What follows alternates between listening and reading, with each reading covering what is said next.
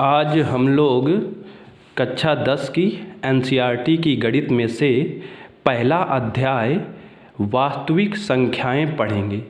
तो एक्सरसाइज और उदाहरण यानी प्रश्नावली पर जाने से पहले हम लोग थोड़ी सी भूमिका जानेंगे इसकी कि वास्तविक संख्याएं क्या होती हैं।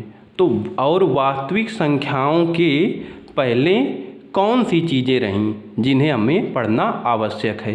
तो वास्तविक संख्या, वास्तविक के साथ एक शब्द लगा है संख्या। तो पहले हम लोग जान लेते हैं कि संख्याएं क्या होती हैं।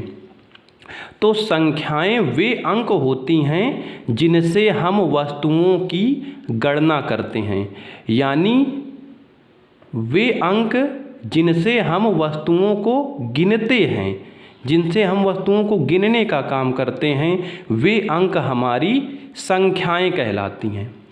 अब संख्याओं को कई रूपों में बांटा गया है। उनमें से एक रूप है प्राकृतिक संख्याएं। एक रूप है हमारा प्राकृतिक संख्याएं। तो प्राकृतिक संख्याओं को हम लोग कैपिटल एन से प्रदर्शित करते हैं। किससे प्रदर्शित करते हैं? कैपिटल एन से। तो प्राकृतिक संख्याएं हमारी वे संख्याएं होती हैं जिनसे हम लोग चीज़ों को गिनते हैं, और गिनती की शुरुआत हम लोग एक से करते हैं। कहाँ से करते हैं? एक से। तो प्राकृतिक संख्याओं को अगर जो हम लोग जानेंगे तो वो एक से शुरू होती हैं। आप कह सकते हैं 1, 2, 3, 4, 5, 6, 7 ... आप जाएंगे इनफाइनाइट तक। यानी प्राकृतिक संख्याएं कहीं पर भी रुकती नहीं हैं। एक से शुरू होने के बाद प्राकृतिक संख्याएं हमारी अनंत तक जाती हैं। ठीक है। अब दूसरे नंबर पर आती हैं हमारी पूर्ण संख्याएं। तो पूर्ण संख्याओं को हम लोग प्रदर्शित करते हैं कैपिटल डब्ल्यू से। किससे? कैपिटल डब्ल्यू से। और पूर्ण संख्याएं हमारी शुरू होती हैं जीरो से। कहाँ से शुरू होती हैं? जीरो से। पहले आएगा 0, फिर आएगा 1, फिर आएगा 2, फिर आएगा आपका 3, फिर आएगा 4, फिर 5, फिर 6। इस तरीके से ये भी डॉट इनफाइनाइट तक जाते हैं, यानी अनंत तक जाती हैं। तो पूर्ण संख्याओं में हमारा केवल एक अंक अधिक हुआ, वो है 0। हमारा एक ही अंक पूर्ण संख्याओं में अतिरिक्त हुआ, वो है 0। इसके बाद हम लोग बात करते हैं पूर्णांक की। तो पूर्णांक को हम लोग जेड से प्रदर्शित करते हैं।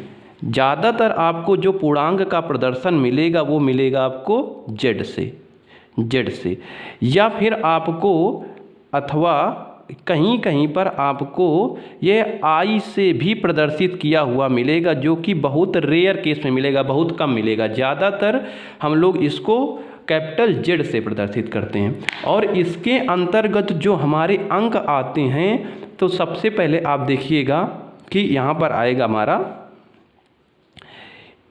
1, 2, 3, 4, 5, 6, 7 और डॉट ये भी आपका इनफाइनाइट तक जाएगा, यानी अनंत तक।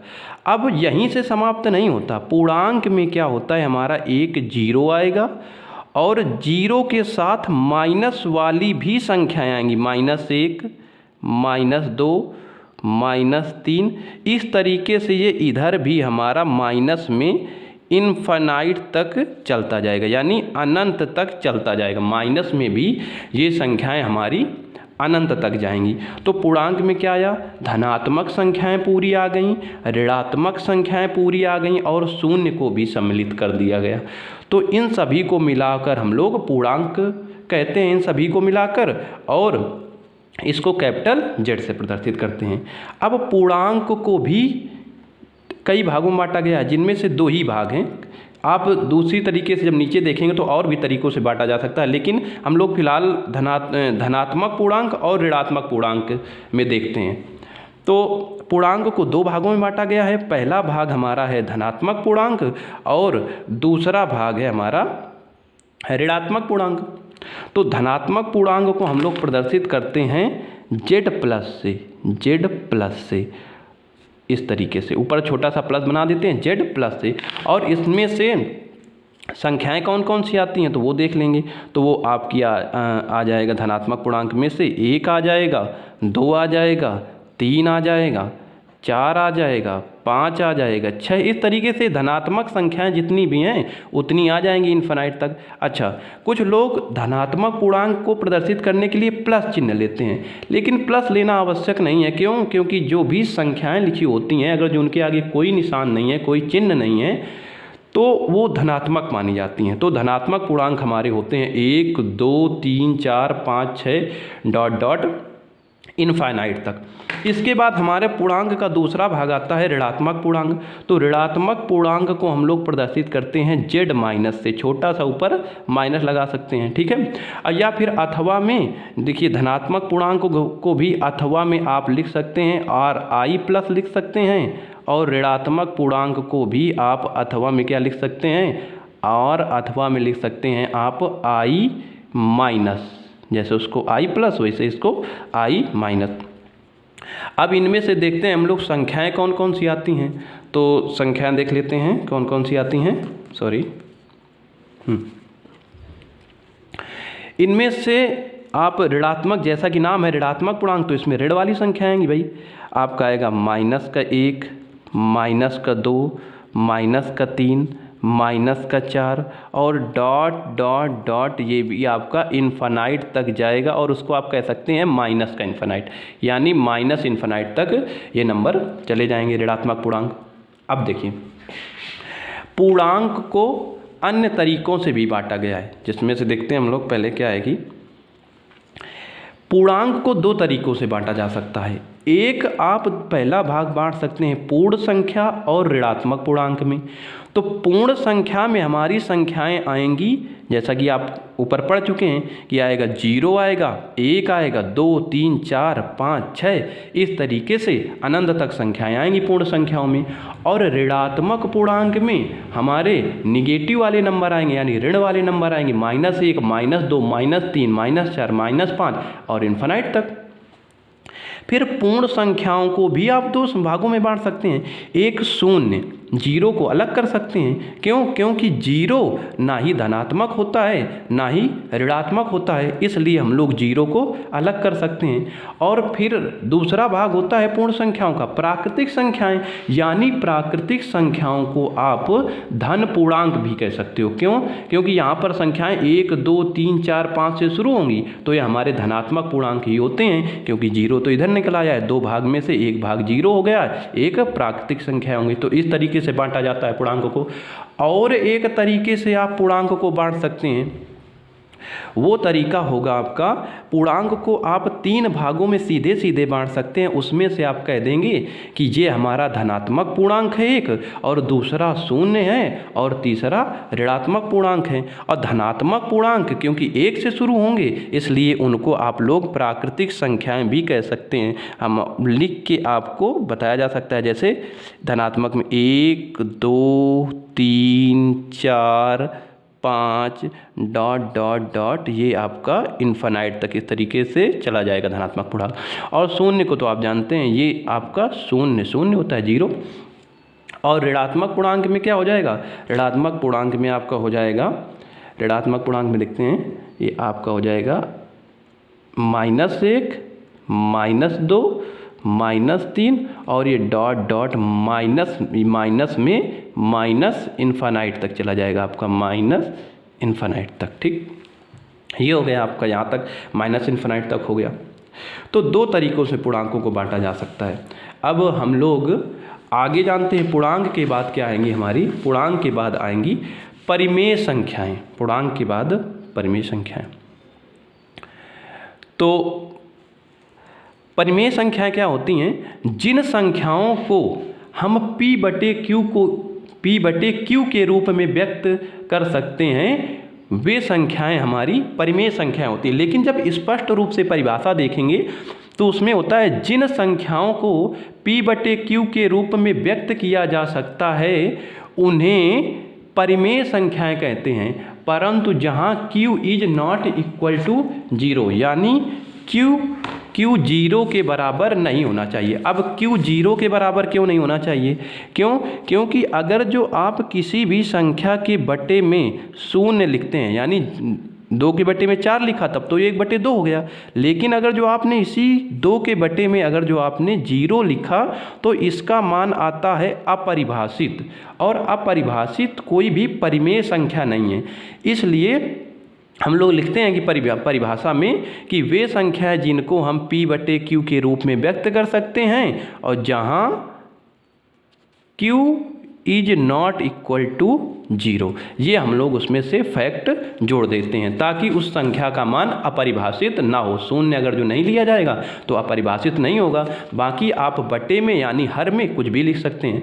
अब इन संख्याओं को देखते हैं कौन कौन सी हो सकती हैं। आप इसमें से ले सकते हैं 2 हो जाएगा। आप ले सकते हैं 3/4 ले सकते हैं। आप ले सकते हैं इसमें माइनस का 6/8, ऋणात्मक भी ले सकते हैं और धनात्मक भी ले सकते हैं, क्योंकि ऋणात्मक धनात्मक में कोई भी इसमें रिस्ट्रिक्शन नहीं है, कोई भी अवरोध नहीं है। ऋणात्मक लेना है कि आपको धनात्मक लेना है। तो यहाँ पर आपने एक और ले लिया, माइनस का 1/3 ले लिया। आप ले सकते हैं 3.14, दशमलव वाली संख्याएं भी ले सकते हैं। आप ले सकते हैं √9 ले सकते हैं। क्यों? क्योंकि √9 का मान जब रूट से बाहर निकालेंगे तो 3 आ जाएगा, रूट से बाहर निकल आएगी संख्या। आप ले सकते हैं 22/7 ले सकते हैं परिमेय संख्याओं में से। अब ये बात हो गई परिमेय संख्याओं की, जिनको हम लोग अंग्रेजी में रैशनल नंबर्स कहते हैं। और रिप्रेजेंट किससे करते हैं आपको बता दें, इसको हम लोग Q से रिप्रेजेंट करते हैं। रैशनल नंबर्स को हम लोग Q से प्रदर्शित करते हैं। आगे परिमेय संख्याओं को 2 भागों में बांटा गया है, एक धनात्मक परिमेय संख्या और दूसरा ऋणात्मक परिमेय संख्याएं। पहली धनात्मक परिमेय संख्याएं, दूसरी ऋणात्मक परिमेय संख्याएं। तो धनात्मक परिमेय संख्याओं में हम लोग धन वाली सारी संख्याएं ले लेंगी। धन में से कौन कौन सी संख्या हो जाएंगी? जैसे हमारा हो जाएगा 2 हो जाएगा, इसी में से छांट लेते हैं जो भी धनात्मक संख्याएं थी। 2 हो जाएगा, 3/4 हो जाएगा, और ये 3.14 हो जाएगा, और आपने जो लिया था √9 हो जाएगा, और अन्य भी संख्या ले सकते हैं, बस वो धनात्मक होनी चाहिए। आपका हो जाएगा 22/7। अब देखिए, जो हमारी धनात्मक परिमेय संख्याएं होती हैं तो धनात्मक परिमेय संख्याओं को ही भिन्न कहा जाता है, क्योंकि जो भिन्न की अवधारणा है वो धनात्मक परिमेय संख्याओं से ली गई है। जैसे कि अगर कोई आपने एक सेब ले रखा है तो आपसे कोई मांगेगा तो आपसे कहेगा सेब का 1/4 भाग दे दीजिए, 2/4 भाग दे दीजिए, या 3/6 भाग दे दीजिए। इस तरीके से मांगेगा। कोई आपसे ये तो नहीं कहेगा कि आप हमको ऋण का 1/4 भाग दे दीजिए या ऋण का 1/8 भाग दीजिए, क्योंकि पूरी संपूर्ण वस्तु में ऋण की कोई कल्पना ही नहीं है। इसलिए जब भी आपको भिन्न दी गई है तो इसका मतलब भिन्न को हम लोग धनात्मक परिमेय संख्याओं से लेते हैं, यानी भिन्न का अर्थ धनात्मक परिमेय संख्याओं से लेते हैं। ऋणात्मक परिमेय संख्याओं को हम लोग सामान्यतया भिन्न नहीं कहते हैं। ठीक है।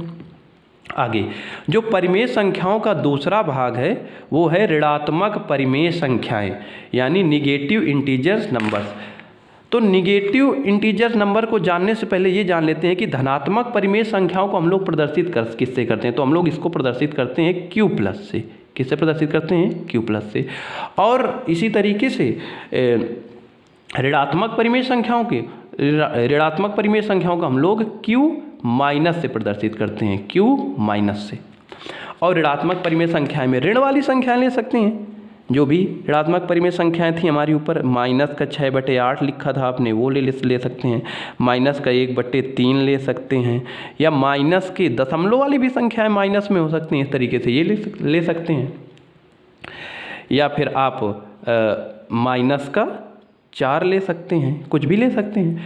अच्छा, अब एक चीज़ आप ये समझिए कि अगर जो 4 लिखा है तो वो पूर्णांक तो है, पूर्णांक है, साथ में वो 4 एक परिमेय संख्या भी है, क्योंकि किसी भी संख्या के बटे में आप 1 लिख सकते हैं और इसका मान 4 ही रहेगा, उसका मान परिवर्तित नहीं होगा। अतः अगर जो कोई संख्या लिखी है सामान्यतः उसके बटे में कोई अंक नहीं लिखा, यानी हर में कोई अंक नहीं लिखा है, जैसे ये 2 है, इसके हर में कोई अंक नहीं लिखा है, तब भी ये परिमेय संख्या होगी, क्योंकि इसके बटे में आप 1 लिख सकते हैं। अगर जो आपका 4 लिखा है या ऋण का 4 लिखा है तब वो भी एक परिमेय संख्या होगी, क्योंकि वहाँ पर आप लिख सकते हैं -4/1, उसके मान में कोई परिवर्तन नहीं होगा। चलिए, तो ऋणात्मक परिमेय संख्याएं भी हमारी हो गई, उसमें से ऋण की परिमेय संख्याएं ले सकते हैं, यानी बटे वाली पूर्णांक भी ले सकते हैं। अब हम लोग बात करते हैं अपरिमेय संख्याओं की। तो अपरिमेय संख्याओं को हम लोग प्रदर्शित करते हैं Q' से। किससे प्रदर्शित करते हैं? Q' से। और इसको हम लोग अंग्रेजी में कहते हैं इरेशनल नंबर्स। हमने इसको प्रदर्शित किया Q' से। तो अपरिमेय संख्याएं क्या होती हैं? वे संख्याएं जिन्हें हम P/Q के रूप में नहीं व्यक्त कर सकते हैं, अपरिमेय संख्याएं कहलाती हैं। जैसे देखेंगे आपने लिया √2, आपने लिया √2, तो √2 का मान होता है आपका 1.41421, लेकिन आपको मान √2 का इतना ही पता है 1.414 या 412, लेकिन ये यहीं पर शांत नहीं हो जाता। जब आप रूट निकालते हैं तो आगे इसमें नंबर मिलते चले जाते हैं, वो कहीं पर भी शांत नहीं होता।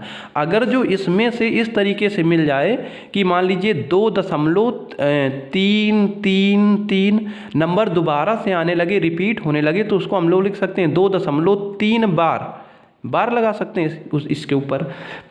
लेकिन अगर जो भाग देने पर कोई ऐसी संख्या मिले 1 0 2 0 3 0 1 1 4 7, तो आप ये देख रहे हैं कि यहाँ पर कोई भी नंबर ना सीरियल से रिपीट हो रहा है, ना भी ये कहीं पर रुक रहा है, इस तरीके से चलता चला जाए आपका, तो वो संख्याएं आप लोग गिनते हैं अपरिमेय संख्याओं में, यानी उनका कोई निश्चित मान नहीं निकल रहा है, वो आगे चलती जा रही हैं। तो रूट की जितनी भी संख्याएं होती हैं जिनका रूट निकलना संभव ना हो, अगर जो आपने ले लिया 4 ले लिया रूट में, तो इसका तो रूट निकल आएगा, 2 रूट निकल आया, तो इसका रूट निकल आया 2, अतः यह एक हो गई आपकी परिमेय संख्या। लेकिन अगर जो रूट लिख दिया आपने 6, तो उसका रूट नहीं निकलेगा, एग्जैक्ट रूट पूरा नहीं निकल पाएगा, तो इसलिए वो हो गई आपकी एक अपरिमेय संख्या। इसी तरीके से अपरिमेय संख्या में आप वो संख्याएं ले सकते हैं जिनका दशमलव शांत नहीं हो रहा, यानी 0.1 0 1 1, फिर मान लीजिए 1 0 और आ गया, फिर 1 1 3 बार आ गया, फिर 0 आ गया, फिर 4 आ गया, या फिर इस तरीके से कुछ चलता चला जा रहा है, तो ये क्या हो जाएगी? ये आपकी अपरिमेय संख्या में काउंट होगी, यानी अपरिमेय संख्या में गिनी जाएगी, क्योंकि ये कहीं पर रुक नहीं रही है।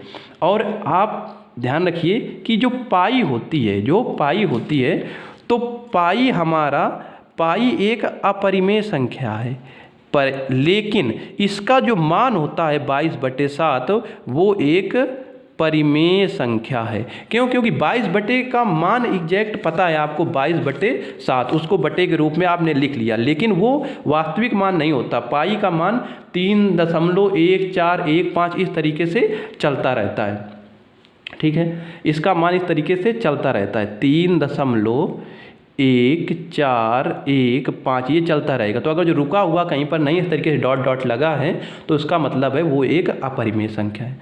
इसके बाद हम लोग देखेंगे वास्तविक संख्याएं। तो वास्तविक संख्याएं क्या होती हैं? सभी परिमेय और अपरिमेय संख्याओं के सम्मिलित संग्रह को वास्तविक संख्याएं कहते हैं। यानी आप परिमेय संख्याओं को भी मिला दीजिए और अपरिमेय संख्याओं को भी मिला दीजिए, तो हमारी होती हैं वास्तविक संख्याएं। इसी को तो हमने इसी नाम से तो हमारा ये वाला अध्याय चैप्टर जो कि है वो है वास्तविक संख्याएं नाम से, और इसको क्या करते हैं हम लोग? वास्तविक संख्याओं को R से प्रदर्शित करते हैं। तो वास्तविक संख्याएं क्या होती हैं? सभी परिमेय और अपरिमेय संख्याओं का सम्मिलित संग्रह है वास्तविक संख्याएं कहलाती हैं। तो देखिए क्या है, इसमें से एग्जाम्पल लेते हैं। आप कुछ भी ले लीजिए, -2 ले लीजिए, आप 4 ले लीजिए, आप √9/4 ले लीजिए, आप कोई रूट की संख्या ले लीजिए, √6 ले लीजिए, √3 ले लीजिए, आप पाई ले लीजिए और √5 ले लीजिए, या फिर आपका जो ऊपर दिया हुआ था 0.10114 कुछ भी ले लीजिए, या फिर आप -3.14 ले लीजिए।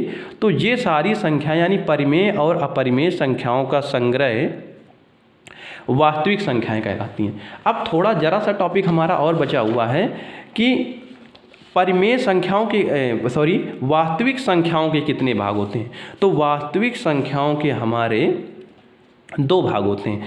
पहला भाग होता है धनात्मक वास्तविक संख्याएं। धनात्मक वास्तविक संख्याएं, तो इनको हम लोग प्रदर्शित करते हैं R+ से, ठीक है। और जैसा कि नाम है धनात्मक धनात्मक वास्तविक संख्याएं। तो धनात्मक वास्तविक संख्याओं में आप क्या ले सकते हैं, जो भी धन वाली संख्याएं हैं। आपने 4 लिया, आपने 6 लिया, आपने 3.14 लिया, आपने 22/7 लिया, आपने -2.1 लिया, आपने माइनस का नहीं लेंगे, प्लस का लेंगे, क्योंकि हमारा धनात्मक वास्तविक संख्याएं पढ़ रहे हैं हम लोग। और रूट का आपने 6 लिया, रूट का आपने 5 लिया, या रूट का आपने 9 ले लिया। तो ये हमारा धनात्मक वास्तविक संख्याओं के अंतर्गत ही सारा कुछ आएगा, क्योंकि धन में है, और परिमेय हो चाहे अपरिमेय हो वो वास्तविक संख्याओं के अंतर्गत आएगी। अब हम लोग जानते हैं ऋणात्मक वास्तविक संख्या, जो दूसरा भाग है वास्तविक संख्याओं का, वो है ऋणात्मक वास्तविक संख्याएं। तो उसको हम लोग प्रदर्शित करते हैं R- से। तो इसमें से देखिए क्या क्या आएगा, इसमें ऋणात्मक वाली वास्तविक संख्याएं आएंगी, जो भी आपने ऊपर लिया था, चाहे आप -2 लिया हो आपने, चाहे आपने -22/7 लिया हो, या -√6 लिया हो, या आपने -2.14 लिया हो, या आपने -7/9 लिया हो, या फिर आपने -0.1424 इस तरीके से कुछ भी लिया हो आपने। तो ये सारा कुछ आएगा आपका। अच्छा, तो ये हो गई हमारी ऋणात्मक वास्तविक संख्याएं। अब देखिए किसी भी चीज़ के 2 भाग होते हैं। जैसे यहाँ पर एक है वास्तविक संख्याएं। तो वास्तविक का दूसरा जो रूप होता है वो होता है काल्पनिक। तो जैसे वास्तविक संख्याएं हैं वैसे काल्पनिक संख्याएं भी होनी चाहिए। तो हमारी काल्पनिक संख्याएं भी होती हैं, जिनको हम लोग प्रदर्शित करते हैं i से। और i की वैल्यू होती है, जब आप ऊपर की कक्षाओं में जाएंगे तो वहाँ पर होती है i की वैल्यू, i बराबर होता है आपका रूट में -1। रूट में आपका -1 वैल्यू होती है i की। और इसके अंतर्गत संख्याएं कौन सी आएंगी, काल्पनिक संख्या, यानी ऐसी संख्याएं जिनकी केवल आप कल्पना कर सकते हैं, वास्तव में उनका वो संभव नहीं होती हैं। जैसे आपने लिख दिया √2 लिखा, तो वो तो आपकी काल्पनिक संख्या में आएगी। लेकिन अगर जो आपने यहीं पर लिख दिया अगर जो काल्पनिक संख्या देखनी है आपको, तो रूट को आपको लिखना पड़ेगा माइनस में, यानी माइनस वो भी लगाएंगे आप लोग अंदर, -√2। यानी कोई भी संख्या यदि माइनस में दी हुई है और वो रूट के अंदर है, या √4 -√4 भी आपकी काल्पनिक संख्या में ही आएगी। क्यों? क्योंकि माइनस अंदर है। तो माइनस अंदर होने की वजह से आप इसका रूट नहीं निकाल सकते। तो रूट नहीं निकाल सकते तो ये संख्या मात्र एक कल्पना मात्र बनकर रह गई। जैसे -6 है तो इसके अंदर भी आपका क्या लगा हुआ है, इसके अंदर भी आपका माइनस लगा हुआ है। तो ये आपकी हो गई काल्पनिक संख्या। जैसे रूट में आप लिख सकते हैं -41 लिख दीजिए, ये भी आपकी हो जाएगी काल्पनिक संख्या, तो वास्तविक संख्याओं की उल्टा होती हैं काल्पनिक संख्याएं, यानी वास्तविक संख्याओं को आप लिख सकते हैं लेकिन काल्पनिक संख्याओं की कल्पना की जा सकती है, उनकी वास्तविक वैल्यू नहीं निकाली जा सकती। तो इनको आप लोग ऊंची कक्षाओं में पढ़ेंगे, जिसमें से जैसे जब आपको ज़रूरत पड़ेगी काल्पनिक संख्याओं को तो उनको आप आई के गुणे में लिखेंगे, क्योंकि आई का मान होता है रूट में -1। चलिए आज का हमारा